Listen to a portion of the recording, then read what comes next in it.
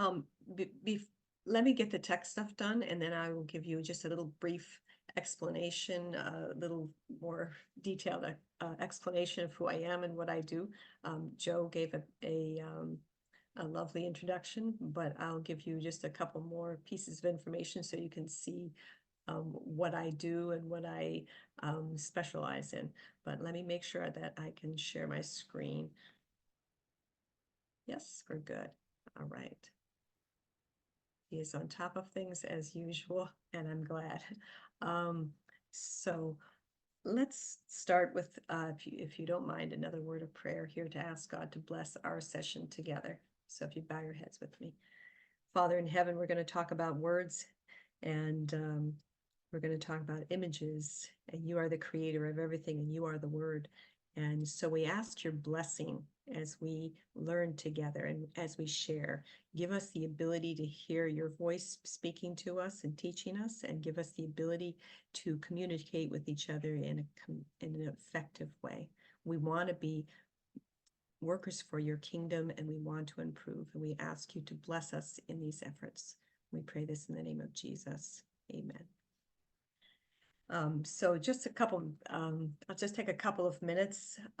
My title is Communication Specialist at the Southern New England Conference, and we have a Northern New England Conference too. And so when I hear about you guys, it's almost I have to listen carefully. And even your acronym, NEC, we have an NEC just next door to us, the Northeastern Conference. And so I look at that and I've got to reframe and say, no, they're a syllable different or whatever. So pleased to be here. My title is Communication Specialist, and we're actually a very new communications team in our conference. We just started in 2023, and the conference didn't have a budget really for a full-time communication or media director. But our new conference president was innovative and said, okay, we're going to make it work. And so one of us, the director, who is my supervisor, is part-time IT, part-time communications, and he does the social media and the tech. And then I'm part-time, I'm 10 hours a week, and I do the writing end of it. I'm not a techie at all. You'll see as I maneuver my way through screen, PowerPoint and such. I'm the writing end. I've been writing for the church almost my entire professional life, from Sabbath school, various Sabbath school, Collegiate Quarterly, the Adult Sabbath School Teacher's Guide. I've written for some of the magazines like Women of Spirit, and I do contract work for the General Conference in the Department of Adventist Missions. And so if you go look in Mission 360, that's where I'm working currently on a regular basis. And so I've written some articles for our North American division paper, the Adventist Journey. And my specialty, if anybody's interested, is urban centers of influence. Does anybody know what that is? If you don't, we can talk later. It'll take too long to discuss now, just to give you a little idea of who I am. And my husband is a pastor, and I have 3 children, and I homeschool them. And so that makes my life very full. And so I'm happy to be here at 5 o'clock in the morning, because I've got a lot to do today. When I finish, I'll go eat breakfast and move on with my day. But pleased to meet all of you. I see some of your faces. I'll have to scroll down to keep track of the rest of you. But if you have any questions, put up your hand, and we'll try to take questions periodically so they don't stack up at the end. And for those of you who were here on Friday night, I'll give you a background, the rest of you, what happened. We are doing a writing seminar. This is hands-on stuff. And so what I do a lot of is writing news articles for our union paper. Like your messenger, we have a gleaner. That's what our union paper is called. And you see a lot of news articles in there. And I've done that before I was hired. I would just write for my church. And then, and now I'm hired by the conference to help them out in a larger scale. And I write for the website.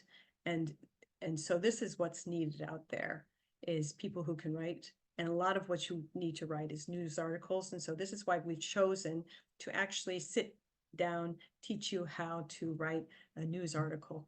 And one more caveat that that Joe didn't mention, that's what my degree is in. I've got degrees in English from Andrews University, and my master's is in teaching writing. They call it composition and rhetoric. And so this is actually a bit of my passion, even though I've never done the teaching professionally. I teach my children. In the United States, we're allowed to homeschool, and I homeschool my children. And I've taught them from grade school up to high school, and they all like to write. They don't all write, but they like it. So my success story is there, and I hope I can share a little bit of this with you. So this is what we've started on Friday. And the people who came on Friday, it was a chosen group. It's a little bit of an experiment, a beta testing here, and I hope, Bethany, that I'm representing this well. It's a beautiful idea. We've talked a lot, Joe and I, because we're trying to do the same thing in our conference, and I've got these expertise and he's got the organization down. And so I think I'm going to be borrowing his organization as we go through. So we thank you all for being part of this, and it's exciting, and you're on the cutting edge. So we're glad you're here. So what we're going to do is and my apologies to the people who are in the volunteer positions, because they've seen this presentation. I'm going to go through it quickly, and so some of you may look at it and it might be, you know, flying past you at a rate that's a little faster than we did on Friday. So if you have any questions, you know, put your hand up right away or do the little emoji thing, and we'll see if we can stop and answer the ones that you're particularly curious about. And Bethany is going to help us out a little bit more with the photography. She's going to fill in with that. She's not going to go ahead and take her, what is it? The last breakout session is when you're doing your photography class. And so if you want a full-blown one, then choose hers for that one. But I will be doing, so you'll get the presentation that we did on Friday today in this first session. And in the second session, we will be going over the papers that the participants wrote. They wrote it in 24 hours, and they're good. I want to commend, he's not here, but I want to commend Joe. They chose these participants out of, I think, 20 people. And they chose really well for an overnight assignment, 300 to 500 words. They really produced something of quality, and they hit the assignment on the, you know, right on the mark. And I was very impressed. And so that's why I said this is hands-on. I'll be sharing my screen with you, and it won't be PowerPoint that time. It will be Word you'll be looking at. And so we will be going it's going to be like English 101 kind of. I don't know what you call it here in Great Britain, but in the United States, a basic English class is called English 101, is where you learn how to write. And also through it all, I'll give you tips on how to interact with especially Adventist publications. And so right now I'm going to begin the PowerPoint slide presentation.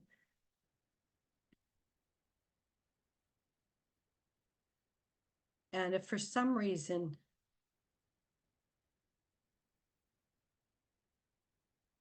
I'm not responding to someone's, you know, little hand, someone can feel free to make sure that I'm paying attention and speak up or something like that. All right.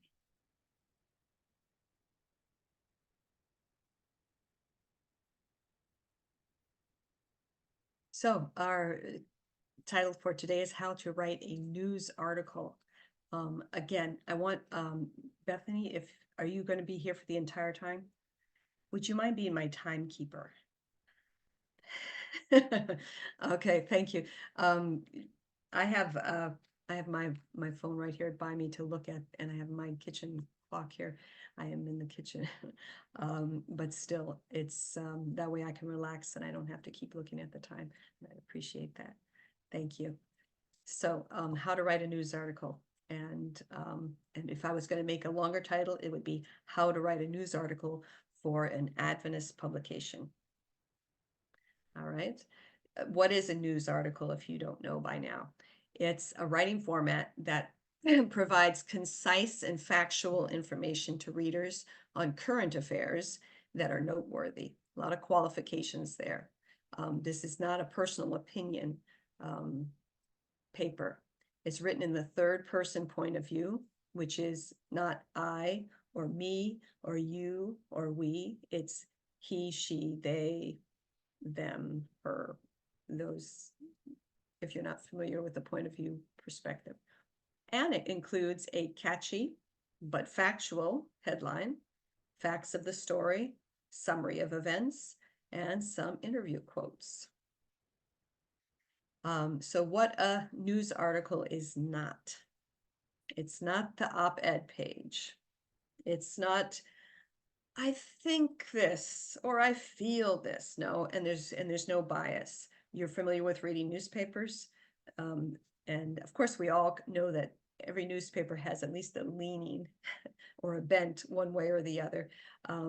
But they're supposed to be unbiased. And I'm just going to make a caveat here with Adventist publications, and I've read through your messenger, and in many ways it's similar to our Gleaner, and there's like a little bit of a continuum that gives you a little bit of wiggle room to put in there perhaps a little more bias than you would in a strictly news article. And this will come up as we look at some of what the participants have written. Okay, next one is really important. And this is even just as you're talking to people. So this is a good life bit of information as well as writing information. A news article is not including jargon that's only familiar to one small audience. Adventists are really good at that, right? Even religious people, Christians outside the Adventist church. But a news article is written on, it's a formal tone. It's not written in an informal tone, but neither is it written in a way that's not accessible to everybody. I'm told that the newspapers are written like on a 5th or 6th grade reading level. That's because everybody should be able to access it. And so this is our description as well. So how long should a news article be? That's entirely based on your writer's guidelines for your publication.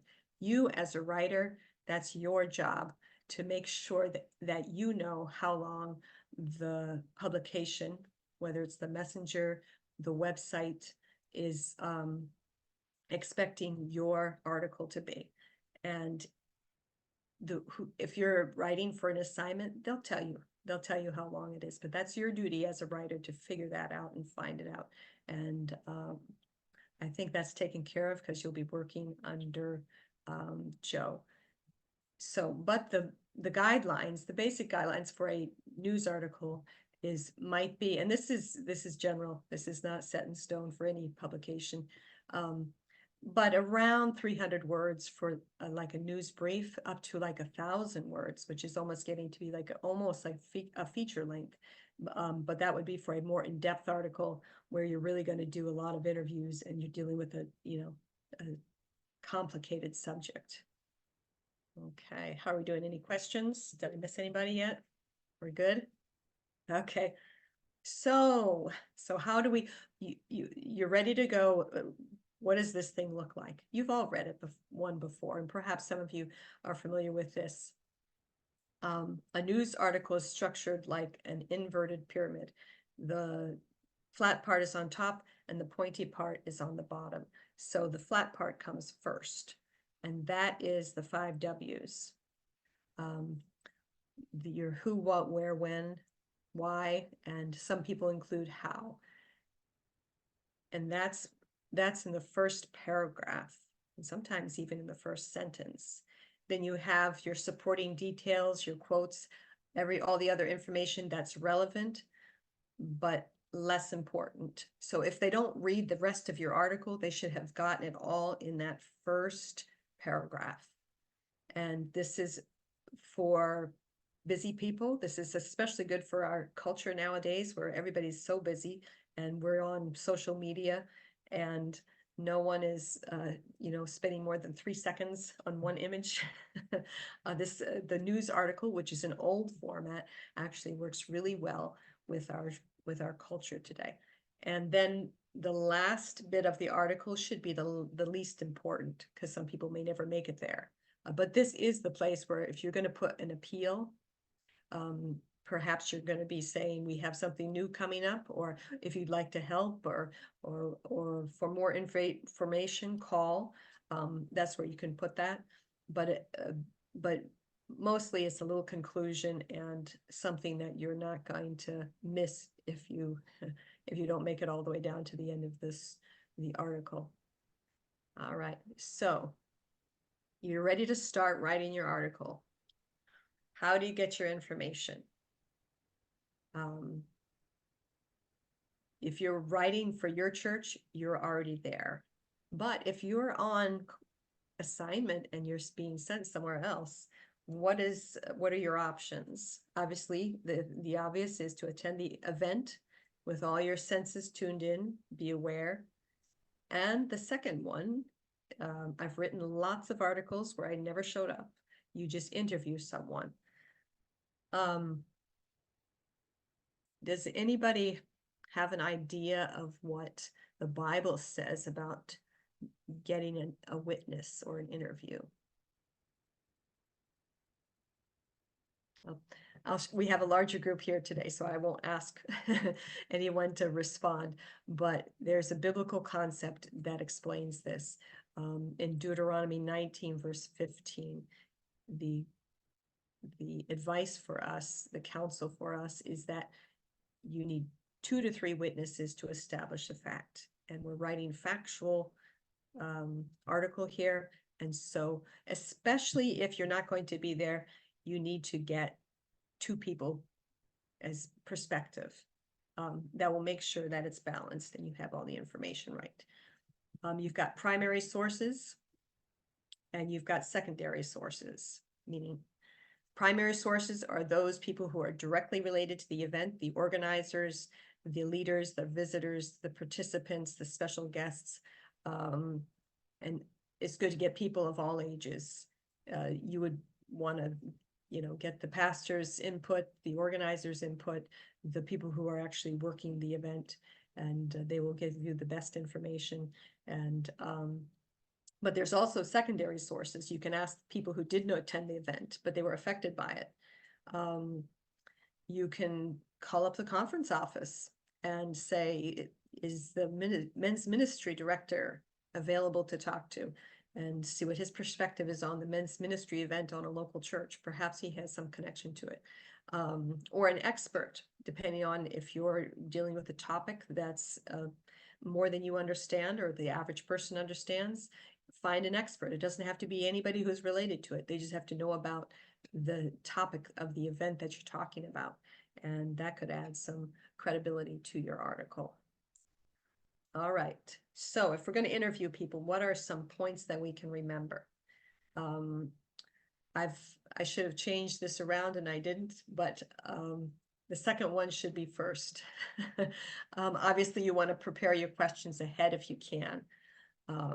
Then you're prepared and you know that the questions that you ask are going to get you all the information you want. There's nothing worse than finishing your interview and leaving, and then you realize, and you sit down to write it, and you sit down and you realize you don't have some very important pieces of information, and you have to spend time going back and finding that. So if you prepare your questions ahead, kind of with what you want to know, that will eliminate that point. So you go up to your event and you know you're going to interview Mr. Smith. And so the first thing you need to do is you need to approach them, introduce yourself, and ask permission to interview them. They have to know who you are, especially if you're representing the conference. And so if I did this, it would look like this. I know I want to interview Mr. Smith over there. And so I would come up and say, hi, my name is Sandra Dombrowski. I'm a writer for the Southern New England Conference, and I'd like to interview you for an article that I'm writing for the Gleaner. You would say messenger and include all your information. And that way they know who I am, where I am from, what I'm going to do and ask for, and where this is going to show up. And then, so you need to get their permission first to interview. Once they say yes, then you can do it. I always, 9 times out of 10, I record my interviews, even short ones, because it allows me to relax. And if they have some really quotable quotes, I don't have to miss a word, and I don't have to scramble and write things down. However, if I'm going to record, I ask their permission for that too. And I say, may I record this interview? And I'm just going to use it for, for my purposes only. Listen attentively and pleasantly. If you show interest in what they're saying and you respond positively to everything they say, even if you may not feel positive about it, they will be more comfortable and share more and more truthfully. It works every time. It's establishing trust with them. Be patient, especially if the person doesn't express themselves well. It's perfectly fine to ask interviewees to repeat or clarify when necessary. Don't feel embarrassed, especially if they have a different accent than you, or there's a lot of noise around. And again, if you haven't attended the event, please interview at least 2 people. And if you don't know who to interview, ask around, call the pastor and say who the point people are. And that will generally give you a good direction. And then when you're done the interview, make sure you write down interviewees' name, title, and identifying information. And double check the spelling, and you might want to write it down and then show them and say, is this how you spell your name? This is very important, because that's probably the easiest thing to get wrong. And you want your writing to be factual, and you don't want to embarrass somebody putting their name in print and then you spell it wrong. That's almost insulting there. So you've got all your information, you go home. If you need to, you've transcribed your interview, and or you just have notes, and that's a good way to do it too. Now you start to write. And so basic outline for a news article or a way to approach it. Everybody has a different way of writing and a different habits that they go through. This is just something to give you a guideline. First of all, if you're an outline kind of person, I'm more of a list kind of person, but for sake of teaching, I teach outline. Draft and outline, keeping in mind the pyramid. So as you block out where you're going to put all these interviews, where you're going to put the information, be thinking of what's most important and then least important in descending order. Okay, create a catchy headline that concisely informs the reader of your news topic. So if you get catchy and concise and factual in one headline, you're really good. Sometimes headlines are the hardest things to write. When you're writing, you want to avoid biases and value statements. Don't give your opinion of the event. Use the opinions stated by the people who were there at the event in a quote. Report the facts. We talked about even facts such as how many people were at this event. I'll just give this little piece of advice because it seems to pop up regularly. When I state, if I wasn't there and I didn't do the counting, or I didn't get the information from somebody who actually has like registration forms, I will just, whoever gave me the information, I will just say, Pastor Smith said there were 75 people at this event. And that way, it doesn't matter if there were 75 people or not. It just matters that this is what Pastor Smith said. And then you've got your bases covered and you're still factual. Makes sense, I hope. And again, you're looking to write paragraphs that are short, but they're formal. Not stuffy. You still want to be readable, but still formal, because you are dignified and you want people to know that you are writing the truth. So after you write, of course, you revise. Everyone suggests you read your first draft aloud, and it'll listen for awkward transitions or missing information. If you change your tense and you didn't realize it, or you left something out completely. And then ask when you're done, does this article convey my intended purpose? And this is where I want to, if you're not listening to anything else, let me have your attention now. And the purpose and Pastor Joe did a beautiful job of explaining this in the introduction. You're here with a gift, and the Lord has, even if you're just interested in writing, perhaps it's a gift that the Lord wants you to develop. But I know some of you are here and you're serious, and you're obviously have the gift, and the Lord is going to be using you in a beautiful way. So when you write for the church, you are carrying out the mission of the church. You are going to be very influential, because words are influential, and you are going to be sharing the mission of the church. And so every time you sit down to cover an event, it's not just, okay, what happened? It's how is this event fulfilling the mission of the church, and how can I best represent that to encourage people and to just really show what the church is doing. You got to always look through those lenses when you're writing. And I'm sure you do that with photography as well. Maybe not. Maybe you just shoot. I'll let you talk about that. When I get down to the slide, you'll see, and I'll say a few things and you can pop on. But think about that as you shoot and you decide what to shoot. I'm not going to go into this in detail, but if you're writing for a British publication and you are educated and taught how to write in the American system, you need to be aware of the differences. And it's the writer's job. There's always good editors, and if you write good stuff, they'll take it and they'll make the changes. But you don't want to think that. You want to come as a humble servant and say, let me do the research so I know I'm spelling the words properly, the little bit of grammar that's different, the little bit of usage that's different, and punctuation that's different.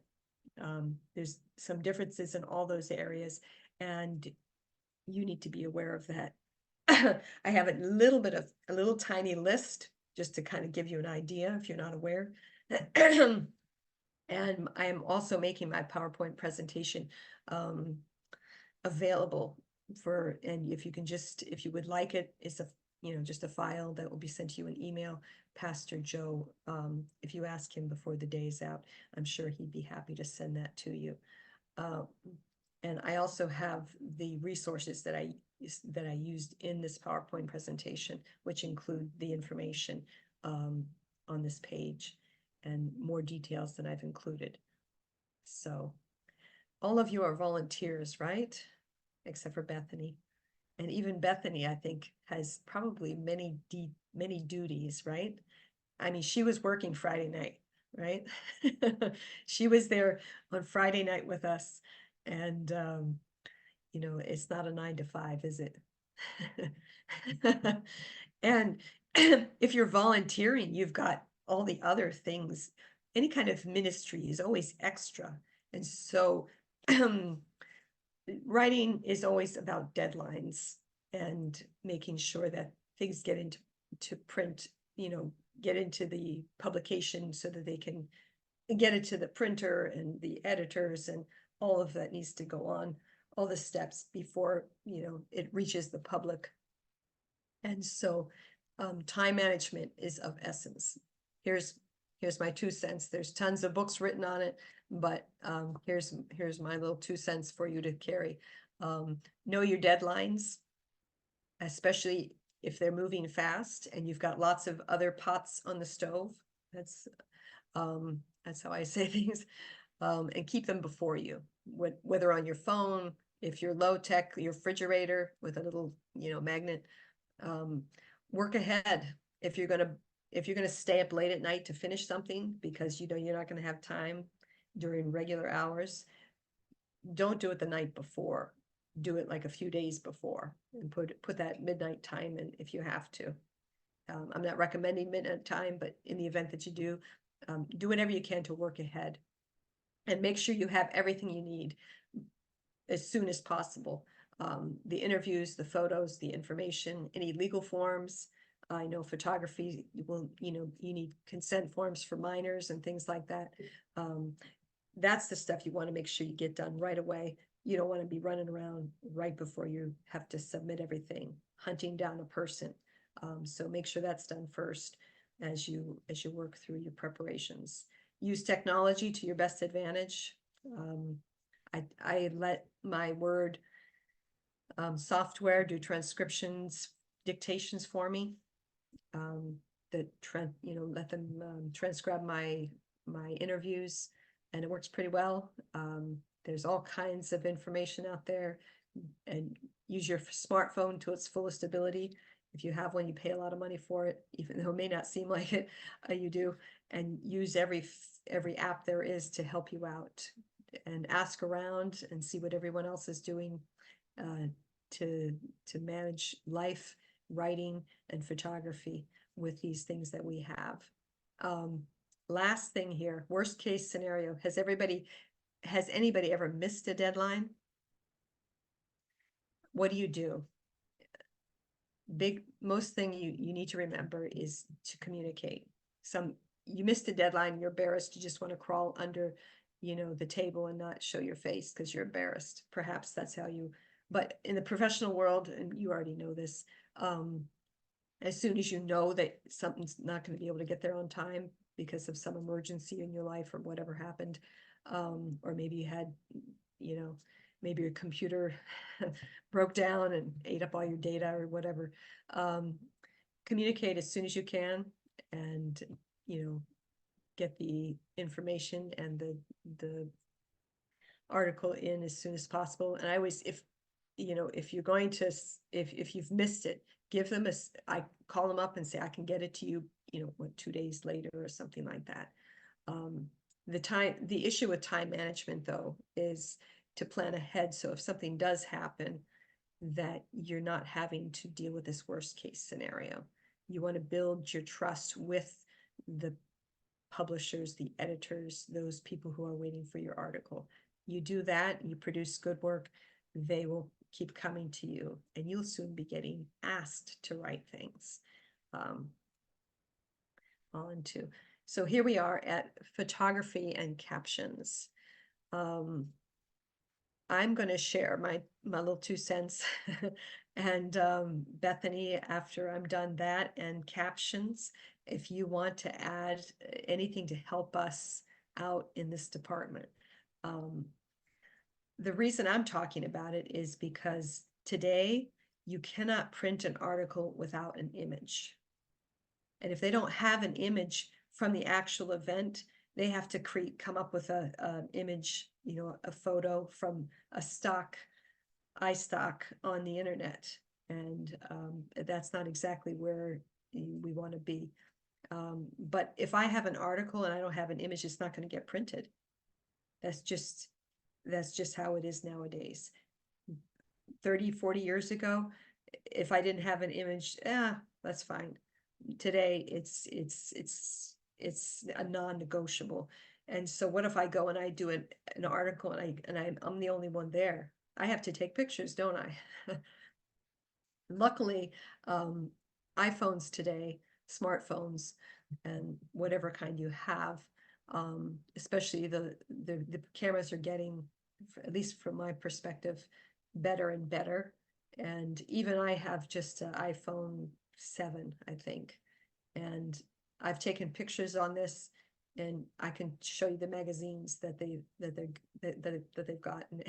So you can cover your own photography, and hopefully Bethany is going to give us some tips here. The only ones I know is, especially if you have an older phone, don't pinch it out. You don't want to be going like this and try to get in closer. Walk in closer, get right in there, especially with a baptism. Baptisms are beautiful, wonderful events, but they're very hard to difficult to photograph from far away. So, but you know what? If you have a camera and you're taking pictures, nobody minds you getting up close, at least in the United States. And I hope they allow the same thing in Great Britain. But just move right in and let your phone do the work.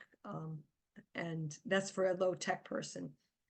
When you send in the photos, send it in one file. This makes it easier. Not all put in one file, but each in a separate file. And also send it in the actual size. Again, Bethany is going to give some better advice than I have on this. I'm just telling you what I do for my job. And do not try to edit them or crop or anything. Just send it in as it is. And that's because you're looking for the highest resolution. You cannot print a photo that's, we call it fuzzy or low resolution. And of course, and this is what I'm going to let Bethany take over with, especially if, but professional photographers do this, but especially if you're an amateur, take lots and lots and lots of pictures. And perhaps one of them in there will turn out really good, and you can send that in. And take a variety of shots, especially if we're going to include a few different photos from on to cover one event. You want to see different kinds. You want a group shot, but you don't want every photo in the mix to be a group shot. That would be boring, right?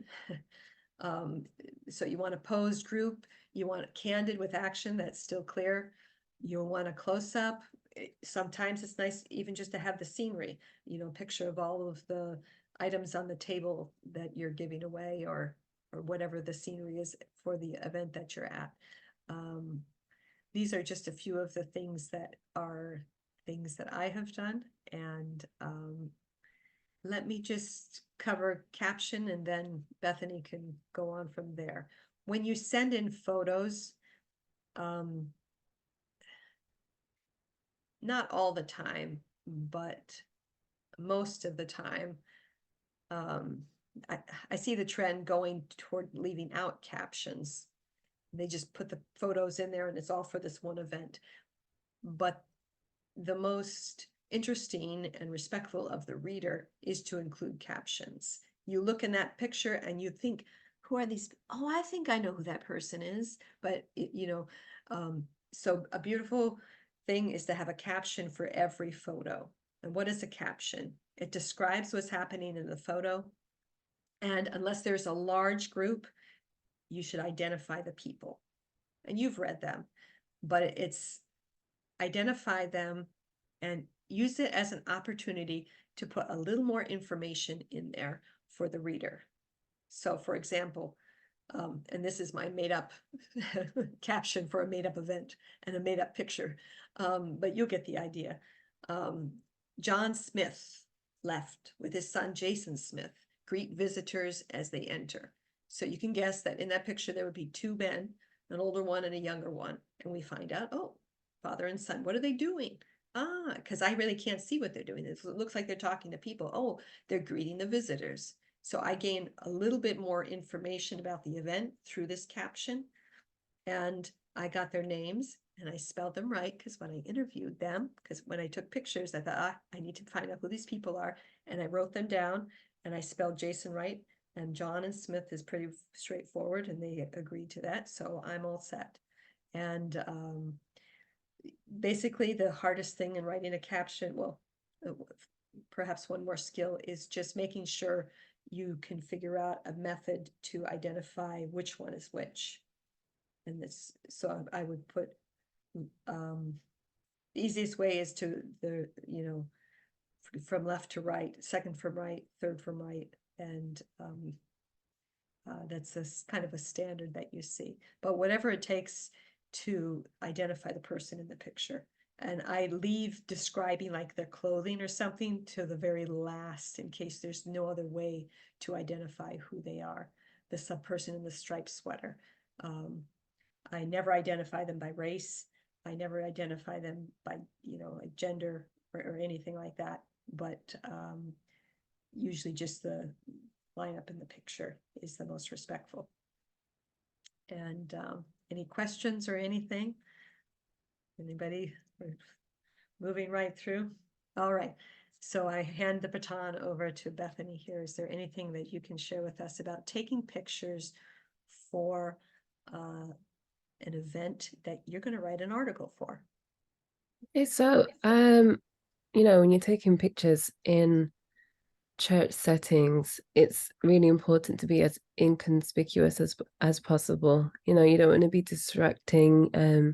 And I guess one of the main benefits of being able to use your phone is that it's quiet. You can move around without too much attention being drawn to yourself.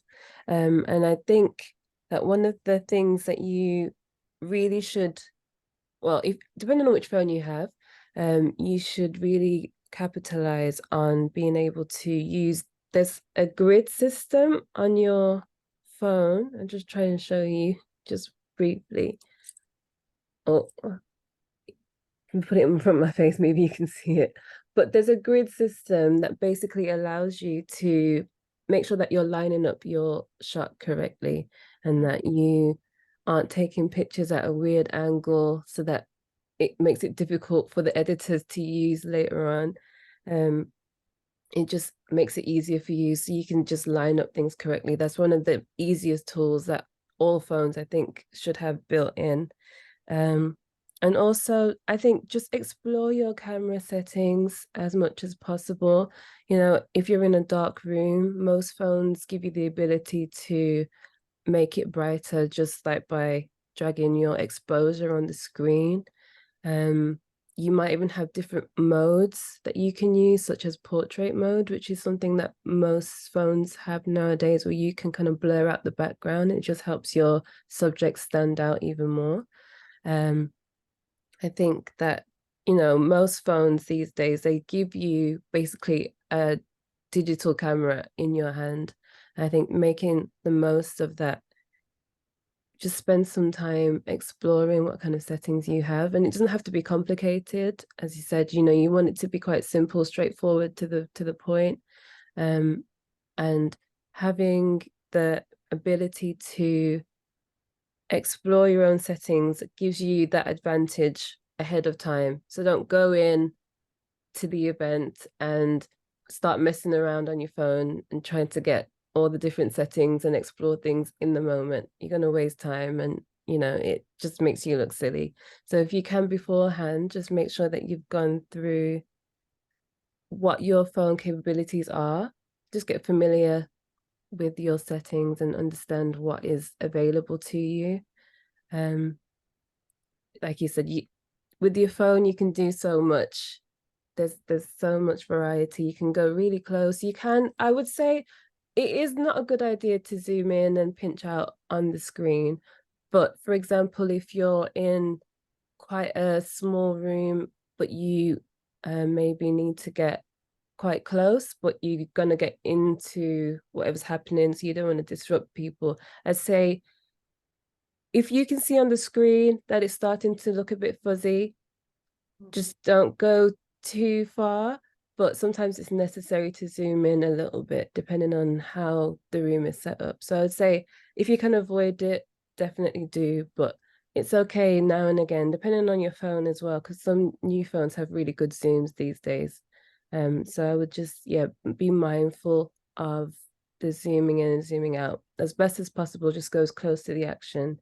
And you should get some really good photos. And hopefully if you come to my presentation later, I'll show you some examples of things that I've been able to do on my phone as well.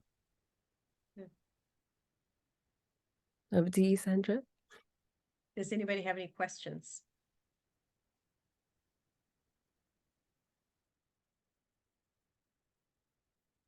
Am I missing anybody? Yes, I do. Vera, Sandra, I wanted to find out if every article should have kind of a picture or a photo inserted in it. I'm sorry, I was reading. You're asking if every article should have a photo? Was I'm that your sorry. question? I was asking if it's we always have to add a photo or a picture in every article or news article. Is that the case? I haven't seen any really distinct writer's guidelines for your messenger, which is your union paper. And obviously, I don't know what the standards are for what you post on your website, the conference website. But I know where I am, you know, every article that we put in our union paper requires a photo. And if for some reason I'm gathering photos from people, and I never was at the event, and so I had to go look around and ask and ask and ask. And I did the article with an interview or interviews and things like that. This just happened this last month. We pestered and pestered and pestered the lady who wrote the article and sent in the photos, and we couldn't get a hold of her. They ended up putting a stock photo in there. And you can kind of tell it's a stock photo.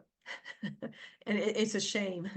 And it looked beautiful because stock photos are being sold because they are nice photos. But bottom line is, at least in all my experience, no photo, no print. They're not going to print your article unless there's some photos to go with it. There needs to be some kind of image. We're totally a visual society nowadays. My supervisor tells me that it's getting to be, it's not just photos anymore. Now it's video. Soon photos are going to be like, I don't know what you see with this, Bethany. But there will always be words. There will always be photos because it's such a good, tool we have. But video is, has to be moving now.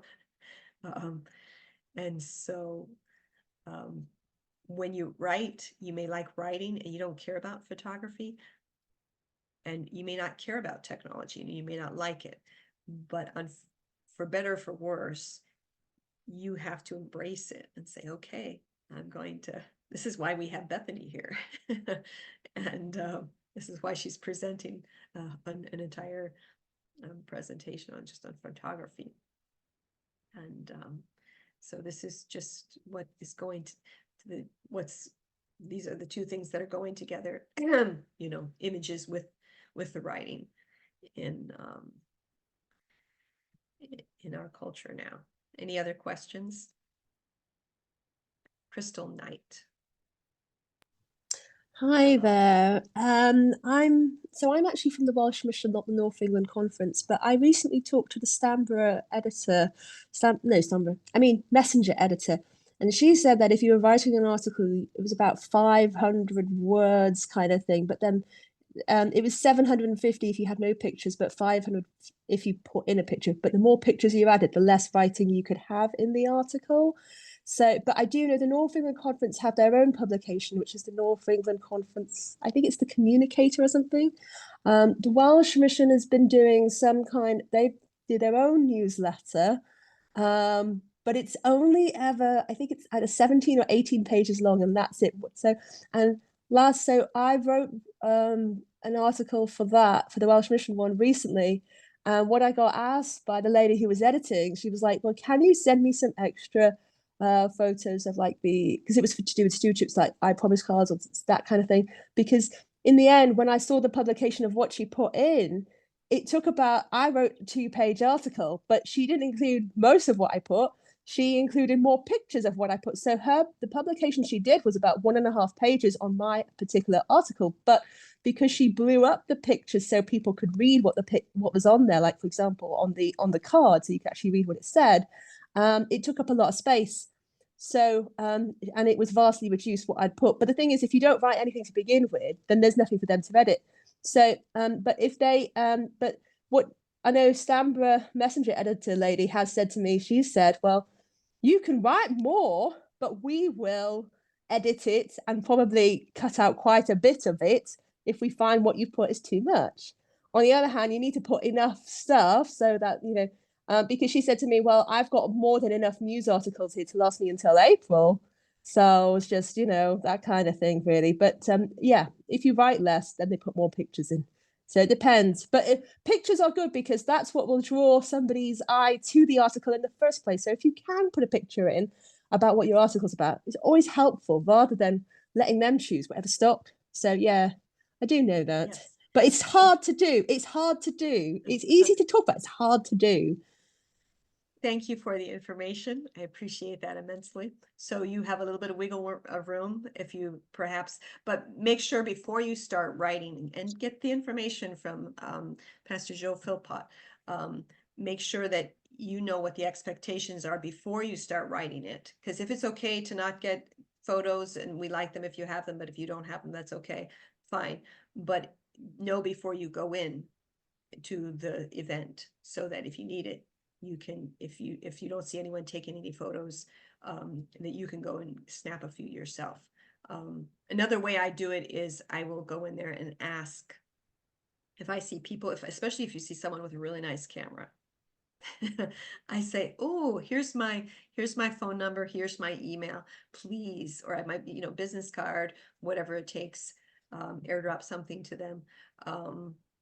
Send me those beautiful photos and make sure you get their full name and how they want their photo credit put in. And some people don't care, just put it in. And other people, especially professionals, like to have the photo credit. And you would, you know, if they're professionals, there might be some stipulations that you'll, you know, and if obviously then there's also how they're going to interact with especially a print publication. And so those are things you need to be aware of as you go in, asking people to, you know, take pictures for you and things like that. I didn't have a slide on proofreading, and I think we're 2 minutes out. So I don't know what I can say in 2 minutes. Yes, editors, if you haven't written a concise article, they will take it down. And especially if it's taking up too much space. Count it a compliment when you send in an article and it looks the same as you wrote it. It was the right size and it was tight. There's nothing to take out because you were so tight. And if you want to be looking at how we do this a little bit, join us in the next session, and that's what we're going to be doing. You're going to actually see 3 real articles that are in process, and we'll be working on them based on the criteria that we talked about here. And I think that's will be it. I have 19 minutes after the hour. It's 6 o'clock in the morning for me. And so I have 30 seconds for one last question. Does anybody have anything they want to say or ask? That will be a quick question. All right, thank you. Thank you for your participation. I learned, and thank you, Bethany, for enlightening us. And I hope to see some of you in the next section. And I think we can go back to the main room. Is that what it's called?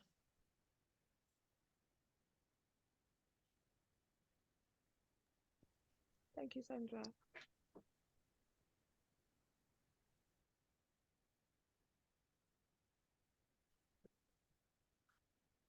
You are welcome.